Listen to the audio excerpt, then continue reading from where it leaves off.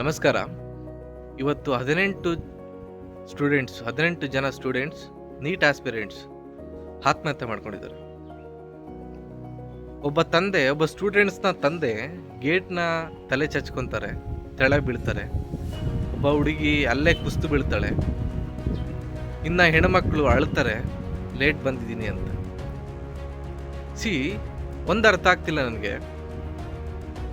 ಜೀವನಕ್ಕಿಂತ ದೊಡ್ಡದು ಯಾವ್ದಾದ್ರು ಇದೆಯಾ ಅಂತ ಕೇಳ್ತೀನಿ. ಜೀವನಕ್ಕಿಂತ ದೊಡ್ಡದು ಯಾವುದೂ ಇಲ್ಲ. ಒಬ್ಬ ತಂದೆ, ಸ್ಟೂಡೆಂಟ್ಸ್ನ ತಂದೆ ಕೈ ಮುಗಿದು ಕೇಳ್ಕೊಂತಾನೆ, ಲೇಟ್ ಆಗಿದೆ, ಖಾಲಿ ಬೀಳ್ತಾನೆ. ನನಗೊಂದು ಅರ್ಥ ಆಗ್ತಿಲ್ಲ, ಏನಕ್ಕೆ ಜೀವನಕ್ಕಿಂತ ಯಾವ್ದಾದ್ರು ದೊಡ್ಡ ಹುದ್ದೆ ಇದೆಯಾ? ಜೀವನಕ್ಕಿಂತ ಬೇರೆ ಯಾವ್ದಾದ್ರು ಗೌರ್ಮೆಂಟ್ ಕೆಲಸ ಇದೆಯಾ? ಈ ಸಿಸ್ಟಮ್ನ ಎಷ್ಟೋ ಯೂತ್ಸು ಈ ದೇಶನ, ಈ ಸಿಸ್ಟಮ್ನ ಚೇಂಜ್ ಮಾಡಬೇಕು, ಹಿಂಗೆ ಇದ್ರೆ ಆಗಲ್ಲ, ಏನಾದರೂ ಚೇಂಜಸ್ ಮಾಡಬೇಕಂತ ಹೋರಾಟ ಮಾಡ್ತಾ ಇದ್ರು. ಈ ದೇಶದಲ್ಲಿರೋ ರಾಜಕಾರಣಿಗಳು ನಿಮ್ಮನ್ನ ಬಾಯಿ ಮುಚ್ಚಿಸ್ತಾರೆ. ನಿಮ್ಮಲ್ಲಿ ಎಷ್ಟೇ ಕಿಚ್ಚಿದ್ರು ಬಾಯಿ ಮುಚ್ಚಿಸ್ತಾರೆ. ಅಂತ ರಾಜಕಾರಣಿಗಳನ್ನ, ಅಂತ ಸರ್ಕಾರಗಳನ್ನ ನಾವು ತರ್ತಾನೆ ಇದ್ದೀವಿ. ಯಾವುದೋ ಒಂದು ಸರ್ಕಾರ ಅಲ್ಲ, ಎರಡು ಸರ್ಕಾರ ಅಲ್ಲ, ಎಲ್ಲ ಸರ್ಕಾರಗಳನ್ನ, ಎಲ್ಲ vote system is worst in the country of India.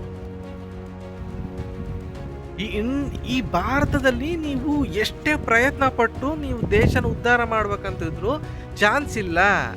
ನೀವು ಮತ್ತೆ ಹಗರಣ ಮಾಡಬೇಕು, ನಿಮ್ಮನ್ನು ಉದ್ಧಾರ ಮಾಡ್ಕೊಂತೀರಿ ಲಾಸ್ಟಿಗೆ.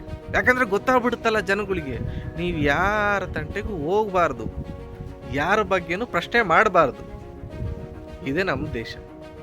ಒಂದು ಚಿಕ್ಕ ಬ್ಯಾಂಕು, ಚಿಕ್ಕ ಆಫೀಸು, ಚಿಕ್ಕ ತಾಲೂಕು ಆಫೀಸು, ನೀವು ಯಾವುದೇ ಒಂದು ಆಫೀಸ್ಗೆ ಹೋಗಿ ಕೆಲಸ ಮಾಡಿಸ್ಕೋಬೇಕಂದ್ರೆ ನೀವು ಹಣ ಕೊಡಬೇಕು, ಲಂಚ ಕೊಡಬೇಕು. ಅವರೇ ಹೇಳ್ತಾರೆ, ಜನಗಳು ಹೇಳ್ತಾರೆ, ಕೇಳಿ. ಜನ ಏನು ಹೇಳ್ತಾರೆ ಗೊತ್ತಾ? ಲಂಚ ಕೊಟ್ಟಿಲ್ಲ ಅಂದರೆ ಸಿಸ್ಟಮ್ ನಡೆಯಲ್ಲ. ಸಿಸ್ಟಮ್ ಇವತ್ತು ಸುರಕ್ಷಿತವಾಗಿ ನಡೀತಾ ಇದೆ ಅಂದರೆ ಲಂಚ ಕೊಡಬೇಕು. ಒಂದು ತಾಲೂಕು ಆಫೀಸಲ್ಲಿ ಲಂಚ ಕೊಟ್ಟಿಲ್ಲ ಅಂದರೆ ಅವರು ಸರ್ಕಾರ ಕೊಡೋ ಸಂಬಳಕ್ಕೆ ಹೆಂಗೆ ವರ್ಕ್ ಮಾಡ್ತಾರೆ? ಅವ್ರು ಕೊಡೋ ಸಂಬಳ ಆಗುತ್ತಾ ಅವ್ರ ಫ್ಯಾಮಿಲಿಗೆ? ಅದಕ್ಕೆ ಲಂಚ ಕೊಡಬೇಕು, ಮಾಡಿಸ್ಕೋಬೇಕು ಕೆಲಸ. ನನಗೆ ಗೊತ್ತಿಲ್ಲ ಲಂಚ ಕೊಟ್ಟರೆ ಅವ್ರ ಜೀವನ ನಡೆಯುತ್ತೆ ಅಂತ.